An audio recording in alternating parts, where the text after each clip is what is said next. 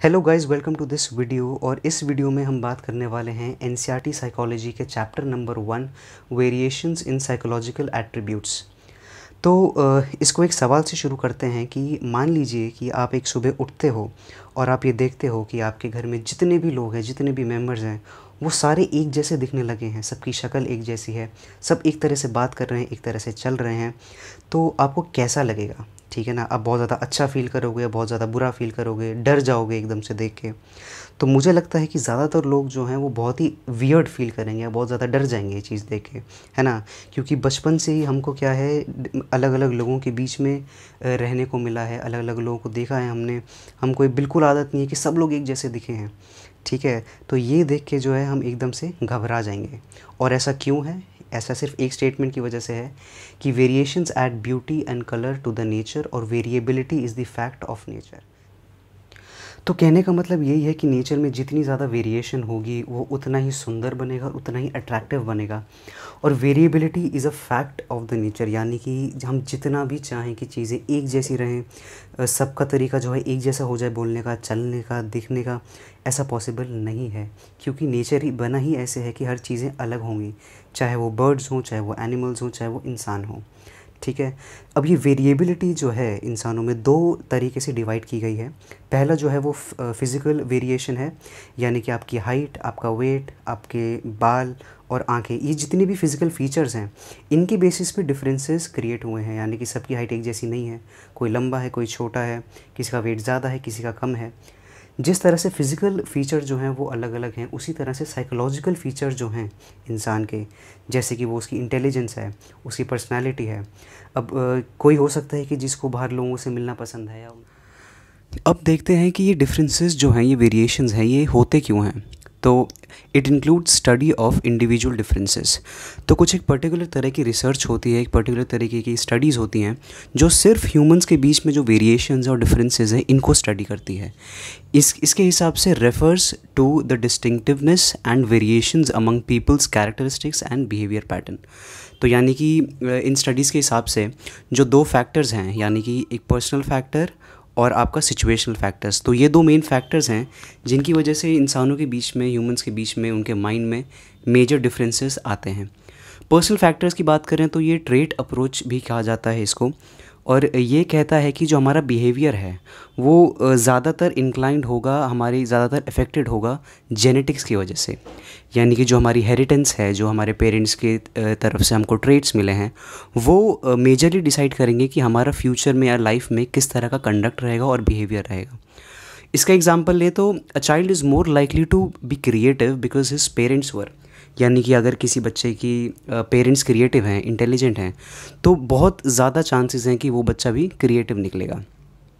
वहीं पे जो सिचुएशनल फैक्टर्स हैं, इसको सिचुएशनलिज्म भी कहा गया है, ये बात करता है कि जो हमारा बिहेवियर है वो it is a function of our circumstances. यानी कि जो हमारी सिचुएशन जो हम देखते हैं लाइफ में, ठीक है, हम किन लोगों के बीच में पले बड़े हैं, हम किस तरह की हमने आपस में सिचुएशन की, हम किस तरह की बात करते हैं लोगों से, किस तरह की बातें सुनते हैं, तो ये सारी जो चीज़ें हैं जो हम थ्रू आउट द लाइफ करते हैं या देखते हैं, ये ज़्यादातर हमें इन्फ्लुएंस करता है हमारा बिहेवियर और हमारी feelings throughout the life. इसका एग्जांपल देखें तो a child is more likely to be creative because he grew up with creative friends. यानी कि भले ही उसके पेरेंट्स उतने क्रिएटिव नहीं रहे होंगे, बट वो ऐसे सर्कल के बीच में पला बड़ा हुआ है, ऐसे दोस्तों के बीच में वो बड़ा हुआ है कि जो लोग क्रिएटिव थे और क्रिएटिव तरीके से सोचते थे, तो उसने उनका तरीका देखा, उसको अडेप्ट किया और उसी के हिसाब से अब वो आगे क्रिएटिविटी यूज़ कर रहा है।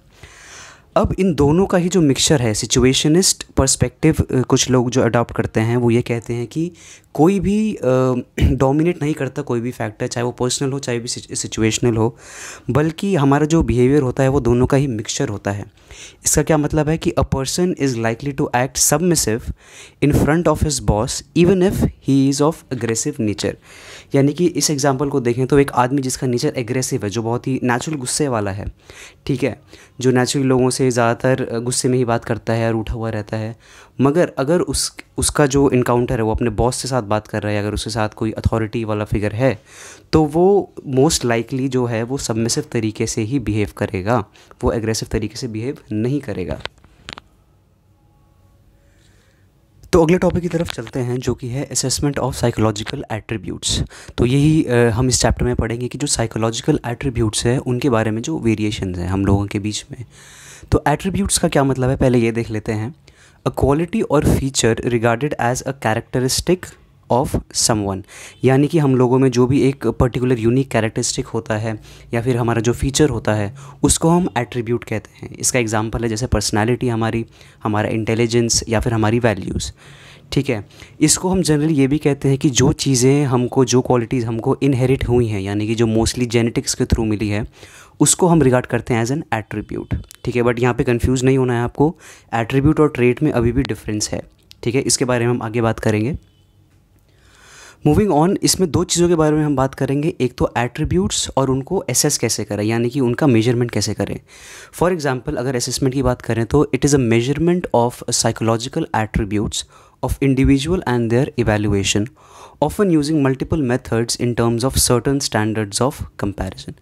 यानी कि असेसमेंट होता है मेजरमेंट ऑफ एटीट्यूड्स। अगर मैं कहूँ कि किसी की पर्सनालिटी है तो मैं देख के ये बताऊँगा कि यार ये आदमी ज़्यादा बोलता है या ये आदमी कम बोलता है, तो मैंने उस टाइम पे क्या कर लिया, मैंने एक असेसमेंट कर लिया, मैंने उस चीज़ को असेस कर लिया, यानी कि इस टर्म में मैंने उसको मेजर कर लिया कि उसके लोगों से इंटरेक्ट करने की कैपेसिटी कितनी है।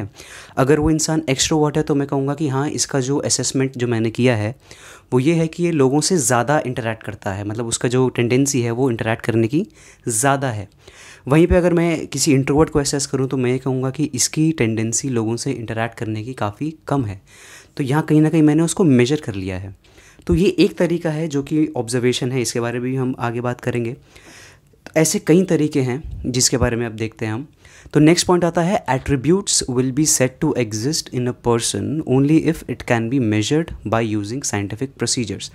जैसा कि अभी हमने देखा कि मैं बस एक झलक मैंने किसी की देखी, मैंने एक बार किसी से मिला, उसने मेरे से बात नहीं की, तो मैंने झट से एक आइडिया बना लिया कि यार ये तो मेरे से बात नहीं कर रहा है, तो ये बात ही नहीं करता होगा, तो ये इंट्रोवर्ट ही है। तो ये काफ़ी गलत तरीके का असेसमेंट है, इसको हम साइंटिफिक नहीं कहेंगे, क्योंकि हो सकता है वो आपसे बात नहीं कर रहा है, हो सकता है वो मेरे से बात नहीं कर रहा है। बट तो चलिए इसको एक एग्जांपल से समझने की कोशिश करते हैं। मान लीजिए एक आदमी है हरीश, और उसको हम कहते हैं कि he is a dominant person.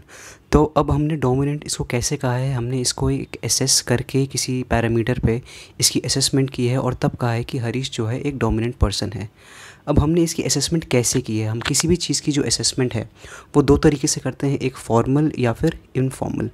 Formal तरीका क्या होता है कि जो बहुत ही ऑब्जेक्टिव होता है, यानी कि आपने देखा होगा, आपको कोई क्वेश्चन एयर कभी मिला होगा ओलंपियाड में या फिर जिस तरह के आपके एग्ज़ाम होते हैं, तो आपको एक पेपर दिया जाता है जिसमें एक सेट क्वेश्चंस होते हैं और उन क्वेश्चंस के बेसिस पे जो आप आंसर देते हो उस पे आपकी असेसमेंट होती है, उन पे आपको मार्क्स मिलते हैं। उसी तरह से कुछ एट्रीब्यूट्स को मेजर करने के लिए भी कुछ क्वेश्चनर्स होते हैं, कुछ परफॉर्मर्स होते हैं जिनको वो आंसर करता है पार्टिसिपेंट, और उनके मार्क्स के बेसिस पे उसको असेस किया जाता है। तो वो तरीका है फॉर्मल तरीका। एक इनफॉर्मल तरीका होता है जो कि हम किसी भी इंसान को जनरली देखते हैं या फर्स्ट लुक में उसको असेस करते हैं और बताते हैं कि यार ये इस तरीके का इंसान है या फिर ये इस पर्टिकुलर तरीके की पर्सनैलिटी इसकी है। तो हरीश के केस में देखा जाए तो अगर हम उसको कोई क्वेश्चनर देंगे या परफॉर्मा देंगे जिसमें वो क्वेश्चंस का आंसर देगा और उसके स्कोर के बेसिस पे हम उसको असेस करेंगे, जो रिज़ल्ट आएगा हम उसको तब कह सकते हैं कि ये इसकी एक डोमिनेंट पर्सनालिटी है। वहीं पे अगर हम हरीश को कहीं देखेंगे या फिर कहीं उसको ऑब्जर्व करेंगे तो हम कह सकते हैं कि यार इन जनरल हम एक कॉमेंट कर देंगे कि हरीश जो है एक डोमिनेंट पर्सन है on the basis of our observation. तो फॉर्मल तरीका जो है एक स्टैंडर्डाइज तरीका होता है, यानी कि बहुत ही कैलकुलेटेड तरीके से उसके क्वेश्चन सेट किए जाते हैं, उसका एक स्कोरिंग पैटर्न होता है, इसीलिए उसको ऑर्गेनाइज्ड भी कहा जाता है। वहीं पे इनफॉर्मल तरीका जो होता है वो बहुत ही सब्जेक्टिव होता है, यानी कि अगर मैं किसी चीज़ को ऑब्ज़र्व कर रहा हूँ तो वो डिफ़र कर सकता है किसी दूसरी ऑब्जर्वेशन पे। तो दो लोग अगर एक इंसान को ही ऑब्ज़र्व कर रहे हैं तो हमारी ऑब्जर्वेशन जो है वो डिफ़र कर सकती है, उसका कोई एक पर्टिकुलर आंसर नहीं आएगा। It varies from case to case, यानी कि अगर मैं अपने किसी क्लोज रिलेटिव को ऑब्ज़र्व कर रहा हूँ तो वहाँ पे हो सकता है मेरी बायसेस आ सकती है, मेरी सब्जेक्टिवनेस आ सकती है इस केस में, और अगर मैं किसी लेमैन को कर रहा हूँ तो वहाँ पे शायद मेरी बायसेस नहीं आएगी। तो ये कुछ मोटे मोटे डिफरेंसेस थे फॉर्मल और इनफॉर्मल में। अब असेसमेंट होता क्यों है, तो सेकंड स्टेज देखें असेसमेंट की कि हमको पता चल गया है कि जो हरीश है वो डोमिनेंट पर्सन है, बट इस इन्फॉर्मेशन का अब हम करेंगे क्या। ये इन्फॉर्मेशन हमारे काम आएगी प्रिडिक्शन में। मान लीजिए हमको पता है कि जो हरीश है वो एक डोमिनेंट पर्सन है।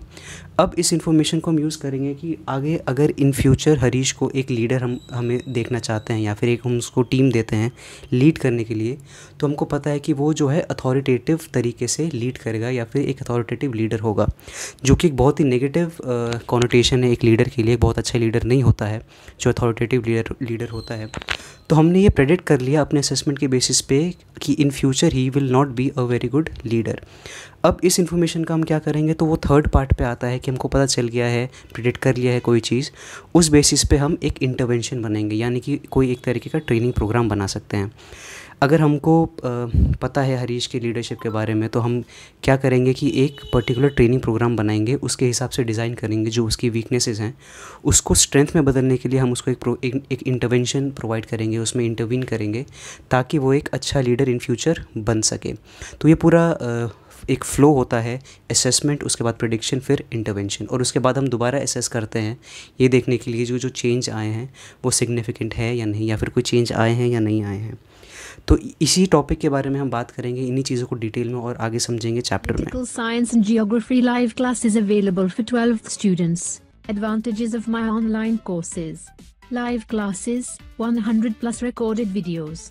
Conceptual note. Download Real Concept Institute app from Google Play Store. WhatsApp and call us 9899382196.